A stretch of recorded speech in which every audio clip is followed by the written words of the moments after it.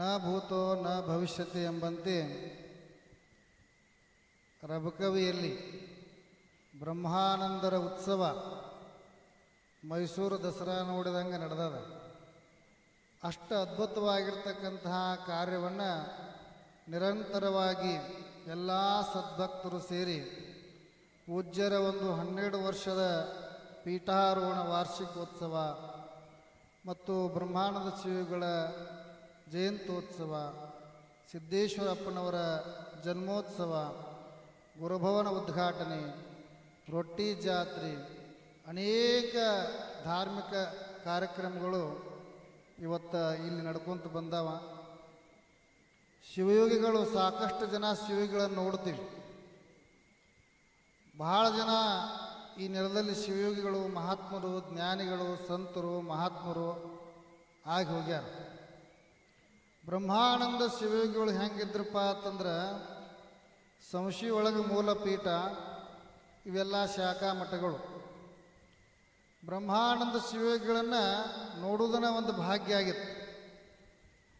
ಅಷ್ಟು ಅಪರೂಪದ ಹಿಮಾಲಯದ ಯೋಗಿಗಳು, ಹಿಮಾಲಯದ ಯೋಗಿಗಳು ಬ್ರಹ್ಮಾನಂದ ಶಿವಯೋಗಿಗಳು ಸಂಶಿಗೆ ಬಂದರು ಅಂತಂದ್ರೆ ಎಲ್ಲಿ ಹಿಮಾಲಯ, ಎಲ್ಲಿ ಸಂಶಿ, ಎಲ್ಲಿ ರಬಕವಿ, ಎಲ್ಲಿ ಪರಮಾನಂದವಾಡಿ, ಎಲ್ಲಿ ಏನಪ್ಪ ಅಂತಂದ್ರೆ ರಾಯಾಪುರ, ಇವತ್ತು ಹೊನ್ನಳ್ಳಿ, ತಬಕದ ಹೊನ್ನಳ್ಳಿ, ಎಲ್ಲ ಕಡೆ ಶಾಖಾ ಮಠಗಳು. ಅವರು ಅಲ್ಲಿಂದ ಬಂದು ಅಲ್ಲಿ ಸಂಶಿ ಒಳಗೆ ರೈಲ್ವೆ ಸ್ಟೇಷನ್ ಅದ, ರೈಲ್ವೆ ಹೋಗ್ತದೆ. ಬ್ರಹ್ಮಾನಂದ ಶಿವಗಳು ಬಂದು ರೈಲ್ವೆ ಸ್ಟೇಷನ್ದಾಗ ನಿಂತ್ರಂದ್ರೆ ಹೋಗು ರೈಲ್ವೆ ತರುವಂಥ ಶಕ್ತಿ ಯಾರಿಗಿತ್ತಂದ್ರೆ ಅದು ಬ್ರಹ್ಮಾನಂದ ಶಿವಗಳಿಗೆ ಮಾತ್ರ ಇತ್ತು. ನಮಗೆ ಬಸ್ ಸ್ಟ್ಯಾಂಡ್ದಾಗ ಆಧಾರ್ ಕಾರ್ಡ್ ಹಿಡ್ಕೊಂಡು ಹೆಣ್ಮಕ್ಳು ನಿಂತ್ರಂದ್ರೆ ಬಸ್ ತರಬಂಗಿಲ್ಲ ರೀ. ಬಸ್ ಭಾಳ ಮಂದಿ ಹೆಣ್ಮಕ್ಳು ನಿಂತಾರಂತ ಜೋರು ಹೊಡ್ಯಾಕತ್ತ ನಾವು ಡ್ರೈವರ್, ಬಸ್ ಫುಲ್ ಆಗೈತೆ ಅಂತೇಳಿ. ಈಗಂತೂ ಗದ್ದಲನ ಗದ್ದಲ. ಹೋಗು ರೈಲು ತರಗಿಸುವಂತಹ ಶಕ್ತಿ ಬ್ರಹ್ಮಾನಂದ ಅಜ್ಜವ್ರಿಗಿತ್ತು. ಅಂತಹ ಒಂದು ಯೋಗಿಗಳಾಗಿದ್ದರು ಅಂತ. ಒಮ್ಮೆ ಏನಾಗಿತ್ತು ಅಂತಂದ್ರೆ, ನಾನು ಮೊನ್ನೆ ಸಂಶಿಗೆ ಹೋಗಿದ್ದೆ, ನೆನಪು ಮಾಡಿಕೊಂಡೆ ಈ ಮಾತನ್ನು. ಸಂಶಿ ಭಕ್ತರು ಎಲ್ಲ ಬಂದಾರ. ಕಾರ್ತಿಕ್ ಮಾಡ್ಬೇಕ್ರಿಪ್ಪ, ಮತ್ತು ಎಲ್ಲ ಊರಾಗ ಎಲ್ಲ ದೇವರಿಗೆ ಕಾರ್ತಿಕ್ ಹಚ್ಚಾಕತ್ಯಾರ, ದೀಪ ಹಚ್ಚಾಕತ್ಯಾರ, ಮತ್ತು ನಾವು ಮಠದಾಗ ಕಾರ್ತಿಕ್ ಮಾಡೋನು, ದೀಪ ಹಚ್ಚೋನು ಅಂತ ಹೇಳಿಕಿರಿಂದ ಎಲ್ಲ ಭಕ್ತರು ಆಸೆ ಪಟ್ರಂತ. ಬ್ರಹ್ಮಾನಂದ ಶಿವಗಳು ಯಾರ ಆಡಂಬರಕ್ಕೆ ಹೆಚ್ಚು ಒತ್ತು ಕೊಟ್ಟಿರಲಿಲ್ಲ ಅಂತವ್ರು, ಕೊಡ್ತಿರ್ಲಿಲ್ಲ ಅಂತ.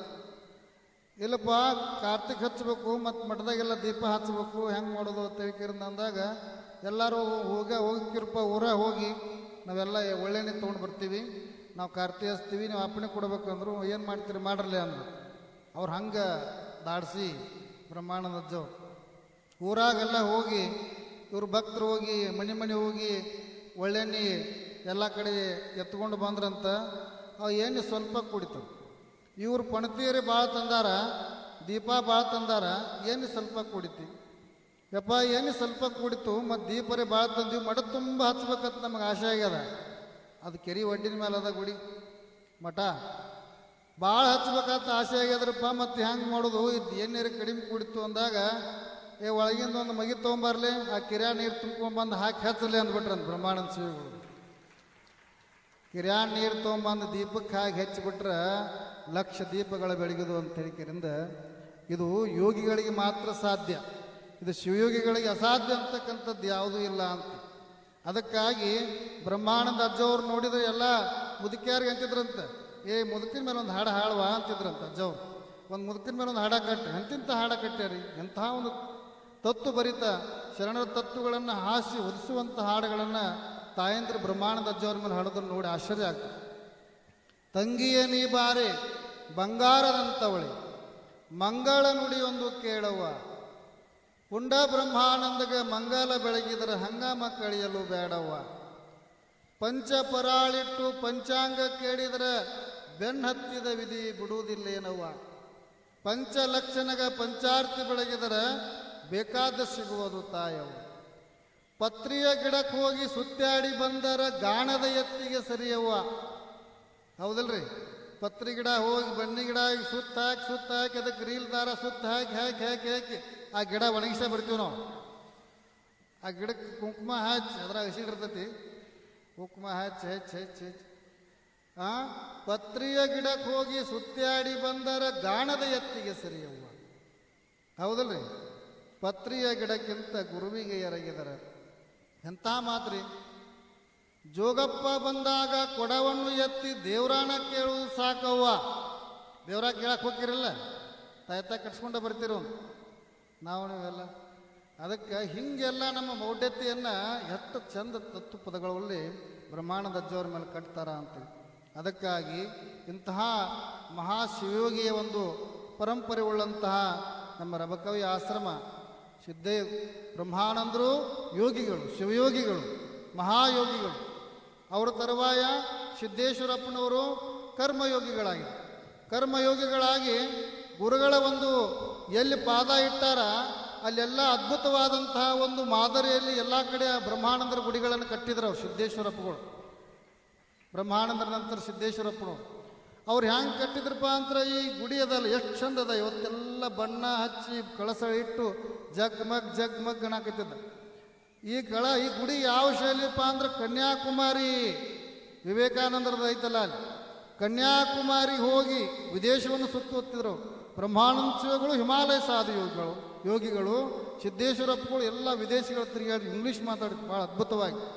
ಅವರು ಎಲ್ಲ ಕಡೆ ಎಲ್ಲಿ ಬ್ರಹ್ಮಾನಂದರ ಮಠಗಳದಾವ ಎಲ್ಲ ಕಡೆ ಇದೇ ಶೈಲಿ ಮಠಗಳನ್ನು ಸಿದ್ದೇಶ್ವರಪ್ಪನವ್ರು ಕಟ್ಟಿದ್ರು ಅಂತೇಳಿ. ತದನಂತರ ಇವತ್ತಿರ್ತಕ್ಕಂಥ ನಮ್ಮ ಪೀಠಾಧಿಪತಿಗಳು ಗುರುಸಿದ್ದೇಶ್ವರಪ್ಪನವರು ನನಗೂ ಗುರುಗಳು ಹೌದು. ಇಂತಹ ಪೂಜ್ಯರು ಎಂಥವ್ರು ಅಂತಂದ್ರೆ ಬ್ರಹ್ಮಾನಂದ ಶಿವಯೋಗಿಗಳ ಯೋಗ ಕಳೆ ಸಿದ್ದೇಶ್ವರಪ್ಪನವರ ಒಂದು ಕರ್ಮಯೋಗ, ಜ್ಞಾನಯೋಗ, ಕರ್ಮಯೋಗ ಎಲ್ಲ ಕೂಡಿ ಇವತ್ತು ಪ್ರಜ್ವಲವಾಗಿ ಬೆಳಗುವಂತಹ ಒಬ್ಬ ಪರಮ ಪೂಜ್ಯರು, ಸಮರ್ಥ ಸದ್ಗುರುಗಳಾಗಿ ಇವತ್ತು ಎಲ್ಲರನ್ನೂ ಶಾಂತಿ ದೂತರಾಗಿ ಇವತ್ತು ಅವರ ದೃಷ್ಟಿಯಿಂದ ಎಲ್ಲರನ್ನು ಉದ್ಧಾರ ಮಾಡುವಂಥ ಶ್ರೇಷ್ಠ ಪೀಠಾಧಿಪತಿಗಳು ನಮಗೆ ಸಿಕ್ಕಿರ್ತಕ್ಕಂಥದ್ದು ಪೂಜ್ಯ ಗುರುಸಿದ್ದೇಶ್ವರಪ್ಪನವರು ಅಂತಕ್ಕಂಥದ್ದು ನಾವು ಭಾಳ ಹೆಮ್ಮೆಯಿಂದ ಹೇಳ್ಕೋಬೇಕಾಗ್ತದೆ. ಎಂತಹ ಕಳೆ ಬ್ರಹ್ಮಾನಂದ ಅಜ್ಜನವರ ಒಂದು ಚಿತ್ಕಳೆ, ಸಿದ್ದೇಶ್ವರಪ್ಪನವರ ಒಂದು ಕರ್ಮಯೋಗ, ಎಲ್ಲ ಯೋಗಗಳು ಒಳಗೊಂಡಿರ್ತಕ್ಕಂಥ ಶಕ್ತಿ.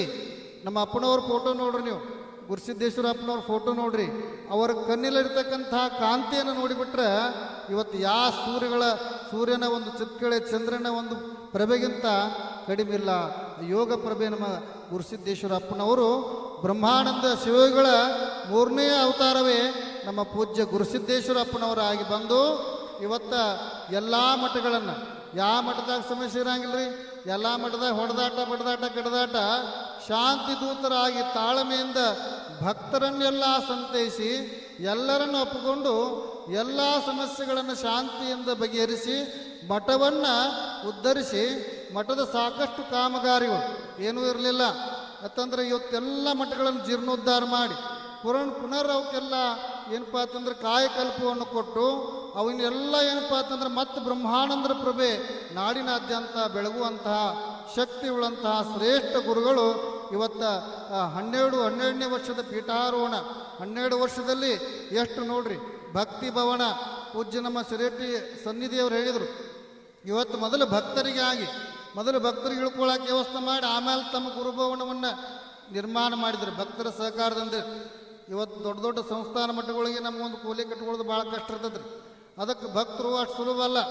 ಅದಕ್ಕೆ ಇಷ್ಟೆಲ್ಲದರ ಮುಂದೆ ಭಕ್ತರನ್ನು ಸಂಘಟಿಸಿ ಇವತ್ತು ಮಠವನ್ನು ಇವತ್ತು ಜೀರ್ಣೋದ್ಧಾರ ಜೊತೆಗೆ ಅನೇಕ ಹೊಸ ಕಾಮಗಾರಿಗಳನ್ನು ಮಾಡಿ ಎಲ್ಲರ ಮನಸ್ಸನ್ನು ಗೆದ್ದು ಇವತ್ತು ಮೂಲ ಪೀಠದ ಪೀಠಾಧಿಪತಿಗಳಾಗಿ ತರುವಾಯ ರಬಕವಿ ಬ್ರಹ್ಮಾನಂದ ಆಶ್ರಮ ಆಗಲಿ ಎಲ್ಲ ಶಾಖಾ ಮಠದ ಒಂದು ಭಕ್ತರ ಮನಸ್ಸನ್ನು ಗೆದ್ದು ಇವತ್ತು ಎಲ್ಲರ ಹೃದಯದಲ್ಲಿ ಹೃದಯ ಸಿಂಹಾಸನವನ್ನು ಅಲಂಕರಿಸಿರ್ತಕ್ಕಂತಹ ಪೂಜ್ಯರು ಯಾರಾದರೂ ಇದ್ರೆ ನಮ್ಮ ಗುರುಸಿದ್ದೇಶ್ವರಪ್ಪನವರು ಅಂತಕ್ಕಂಥದ್ದು.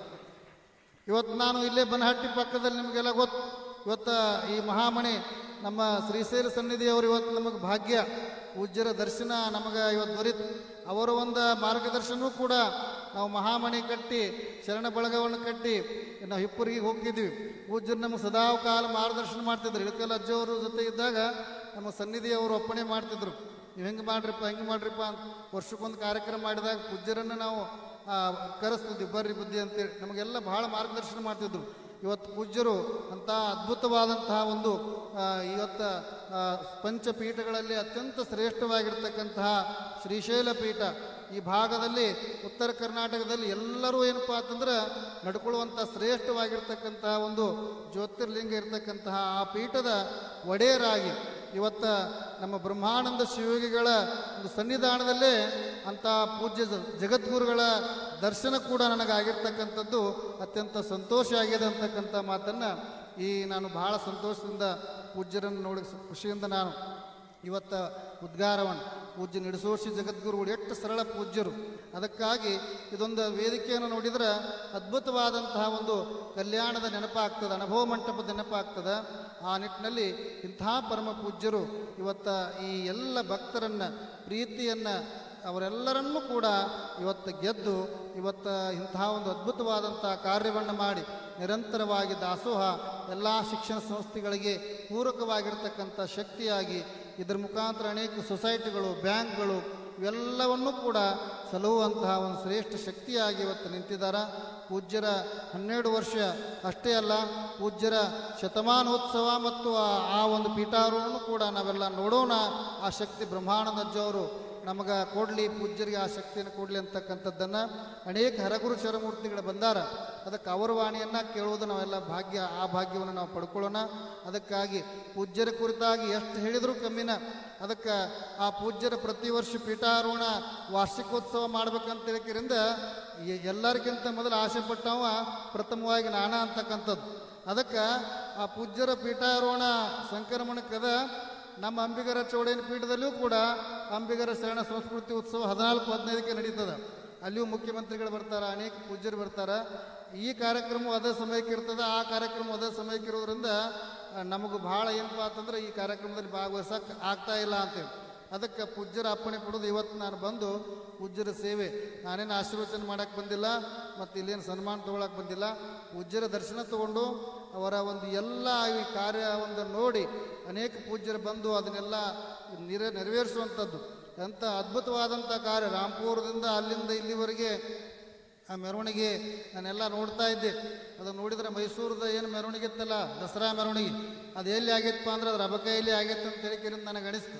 ಎಲ್ಲ ಕಲಾ ತಂಡಗಳು, ಕಲಾಮೇಳಗಳು, ಎಲ್ಲ ತಾಯಂದರು ಮತ್ತು ದಾಸೋಹ ಶರಣರು ಮಾಡಿರ್ತಕ್ಕಂಥದ್ದು, ಬ್ರಹ್ಮಾನಂದಜ್ಜವ್ರು ಮಾಡಿರ್ತಕ್ಕಂಥದ್ದು. ಅದು ಬ್ರಹ್ಮಾನಂದಜ್ಜವ್ರು ಏನಪ್ಪ ಅಂತಂದ್ರೆ ಅವ್ರು ಕಾಲಿಪೀಲಿ ಭಕ್ತರು ಬಂದ್ರಂದ್ರೆ ಬತ್ ನೋಡಿ ಬ್ರಹ್ಮರಾಕ್ಷಸಿ ದಂಡತ್ ಬೇಯ್ತಿದ್ರಂತ. ಯಾರಿಗೆ? ಭಕ್ತರಿಗೆ. ಅವ್ರು ಬಂದ್ರಂದ್ರೆ ಯಾಕೆ ಬರ್ತೀರಿ, ನಿಮಗೆಲ್ಲ ಸಂಸಾರದವಲ್ಲ, ನಡ್ರಿ ಹೋಗ್ರಿ ನಿಮ್ಮ ಉದ್ಯೋಗ ಮಾಡೋರು ಅಂತ ಬೈತಿದ್ರಂತ. ಇವ್ರು ನೀವು ಬಂದ್ರೆ ಎದಕ್ಕೆ ಬರೋರು? ಯಪ್ಪ ನಮ್ದು ಹಂಗಾಗೈತಿ, ನಮ್ದು ಹಿಂಗಾಗೈತಿ, ಯಪ್ಪ ನಮ್ದು ಹಂಗೆ ಕಾಡಕತ್ತೈತಿ, ಯಪ್ಪ ನಮ್ದು ಹಿಂಗೆ ಕಾಡಕತ್ತೈತಿ. ನಮ್ಮ ಕರ್ಮವನ್ನು ನಾವು ಕೇಳ್ಕೊಳಕ್ಕೆ ಮತ್ತು ನಮ್ಮ 108 ಗದ್ದಲನ ನಾವು ಹೇಳ್ಕೊಳಕ್ಕೆ ಮಾತ್ಮ ಕಡೆ ಬರ್ತೀವಿ ಹೊರತಾಗಿ ಯಪ್ಪ ನಮ್ಗೆ ಆತ್ಮಜ್ಞಾನವನ್ನು ಕೊಡು, ಯಪ್ಪ ನಮ್ಮ ಮುಕ್ತನಾಗಿ ಮಾಡುವಂಥ ಬರೋರು ಯಾರೂ ಇಲ್ಲಲ್ಲ. ಅದಕ್ಕೆ ನೀವೆಲ್ಲ ಬ್ರಹ್ಮ ಪಿಚಾಚಿದ ನಡ್ರಿ ಅಂತಿದ್ರಂತ ಬ್ರಹ್ಮಾಂಡ ಶಿವಗಳು. ನಡಿ ಹೊರಗೆ ನಡ್ರಿ ಅಂತ. ಅವ್ರು ಬಂದ್ರೆ ಬಾಗಿಲು ಹಾಕಲೇ ಬಟ್ಟದಂತಿದ್ದೆ.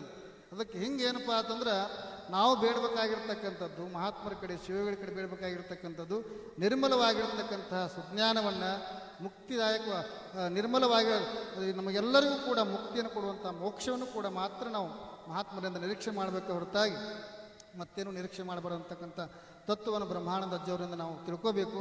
ಅದಕ್ಕಾಗಿ ಶ್ರೀಶೈಲ ಸನ್ನಿಧಿಯವರು, ನಿಡಸೋಶಿ ಸನ್ನಿಧಿಯವರು ಮತ್ತು ಎಲ್ಲರೂ ಕೂಡ ಇಲ್ಲಿ ಆಗಮಿಸಿದ್ದಾರೆ. ಅವರ ಮಾತುಗಳನ್ನು ನಾವೆಲ್ಲ ಕೇಳೋಣ. ಪೂಜ್ಯರ ಕೃಪಾಶೀರ್ವಾದ ಬ್ರಹ್ಮಾನಂದ ಮಠ ರಾಷ್ಟ್ರ ಮಟ್ಟದಲ್ಲಿ, ವಿಶ್ವ ಮಟ್ಟದಲ್ಲಿ ಬೆಳಗಿ ನಮ್ಮೆಲ್ಲರಿಗೂ ಕೂಡ ರಕ್ಷೆ ಆಗಲಿ ಅಂತಕ್ಕಂಥ ಒಂದು ಪ್ರಾರ್ಥನೆಯನ್ನು ಬ್ರಹ್ಮಾನಂದ ಅಜ್ಜಿಯವರಲ್ಲಿ ನಾನು ಪ್ರಾರ್ಥನೆ ಮಾಡ್ತೀನಿ.